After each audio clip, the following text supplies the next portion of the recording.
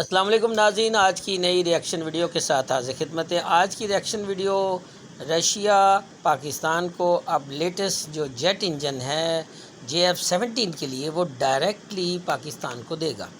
और ये बात हिंदुस्तानियों के लिए आसमान से कोई भारी बार शहाब साक़ब गिरने के मुतरादिफ़ है, या इससे भी ज़्यादा कहें कि उनके ऐवानों पर बिजलियाँ गिरा दी रशिया ने। और रशिया ने अपने अज़म का अयादा बड़ी स्ट्रॉन्ग विल के साथ किया है कि Russia will give latest model jet engine for the 4th generation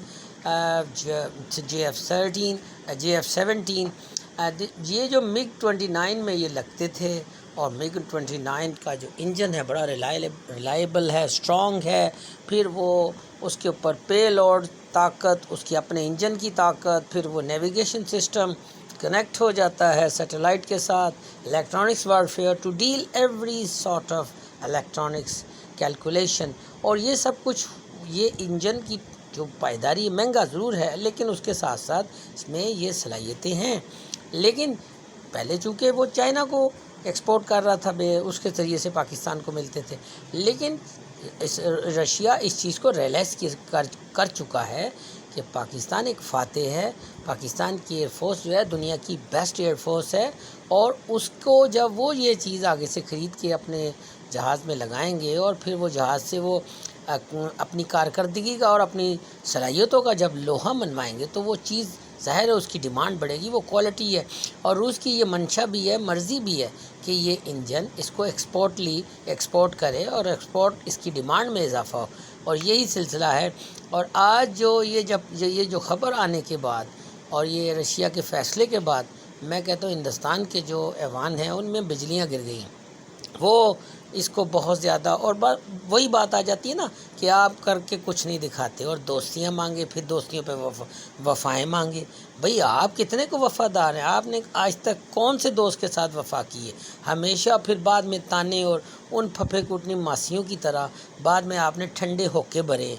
यही कुछ हो रहा है और ये कुछ किया है, लेकिन इसका ख़मियाज़ा ख़ुद हिंदुस्तान को भुगतना पड़ रहा है, और हिंदुस्तान को आइंदा कई दहाइयों तक भुगतना पड़ेगा, क्योंकि वो इसको बैलेंस नहीं कर पाएंगे और ना ही मैनेज कर पाएंगे।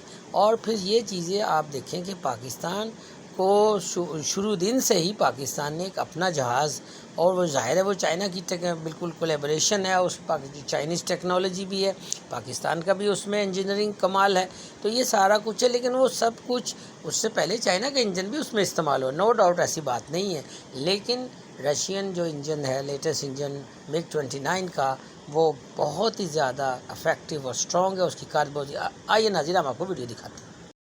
कुछ महीने पहले भारत का सैन्य संघर्ष हुआ था और पाकिस्तान को सीधे इंजन न बेचे, क्योंकि इससे पाकिस्तान की वायुसेना की ताकत और आधुनिक क्षमता में भारी इजाफा होता है। लेकिन मॉस्को ने भारत की आपत्तियों को दरकिनार कर दिया और इंजन आपूर्ति जारी रखने का फैसला लिया। आपको बता दें कि JF-17 एक 4.5 जनरेशन फाइटर जेट है, जिसे पाकिस्तान चीन की मदद से स्वदेशी तौर पर बनाता है। इस फाइटर जेट के शुरुआती वेरिएंट्स यानी ब्लॉक 1 और ब्लॉक 2 वेरिएंट को अक्सर कम कीमत वाला मिड लेवल लड़ाकू विमान कहा जाता था, लेकिन ब्लॉक 3 एडवांस्ड फाइटर जेट है। इस वेरिएंट में AESA radar, helmet mounted display, advanced electronic warfare system और चीन निर्मित PL-15 लंबी दूरी की मिसाइलों को लगाया गया है। पाकिस्तान दावा करता है कि JF-17 फाइटर जेट की क्षमता रफाल सुखोई 30 MKI के बराबर है। हालांकि एक्सपर्ट्स इस दावे को नकारते रहे हैं। इन सब के बावजूद जिस तरह से सुखोई 30 MKI भारतीय वायुसेना की रीढ़ की हड्डी है, उसी तरह से JF-17 पाकिस्तानी वायुसेना की स्पाइनल कॉर्ड कही जाती है। पाकिस्तान सेना के बेड़े में सबसे ज्यादा JF-17 फाइटर जेट्स ही हैं। पाकिस्तान JF-17 को बेचने की भी कोशिश करता है। माना जा रहा है कि रूस के ताकतवर RD-93MA इंजन के साथ JF-17 बाजार में और ज्यादा मजबूती से सामने आएगा।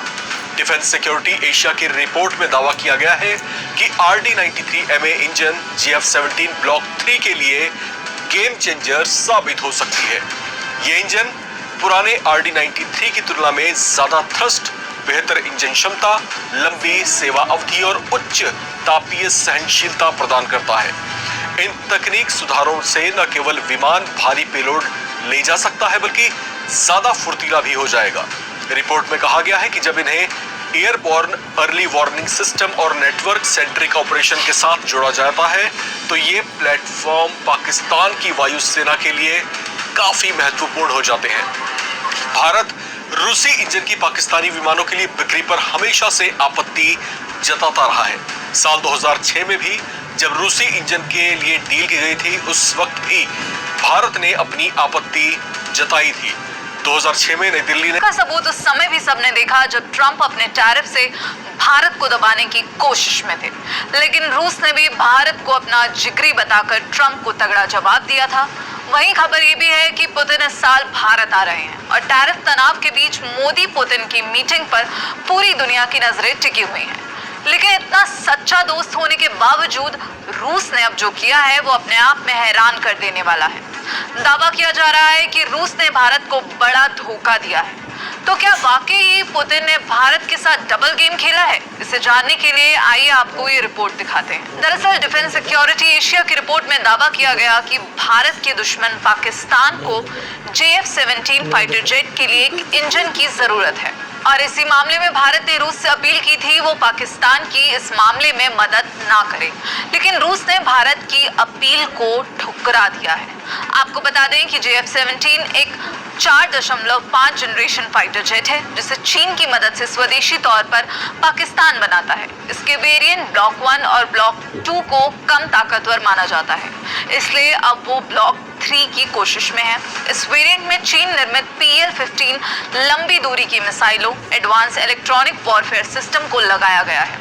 बड़बोला पाकिस्तान दावा करता है कि JF-17 की क्षमता सुखोई 30 MKI और राफेल के बराबर है, लेकिन ऑपरेशन सिंध रिपोर्ट में यह भी दावा किया गया है कि RG-93MA इंजन पाकिस्तान के लिए गेम चेंजर साबित हो सकता है, क्योंकि इससे न सिर्फ विमान भारी पेलोड ले जा पाएगा बल्कि और ज्यादा फुर्तीला भी हो जाएगा।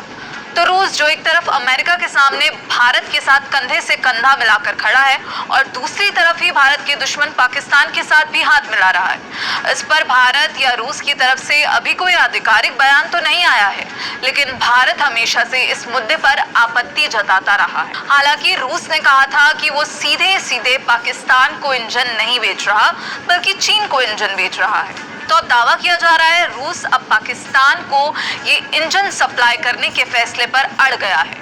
तो चीन जो पहले से ही पाकिस्तान को हथियार दे रहा है, तो क्या अब रूस भी फाइटर जेट के मामले में पाकिस्तान के खेमे में जाता हुआ दिख रहा है?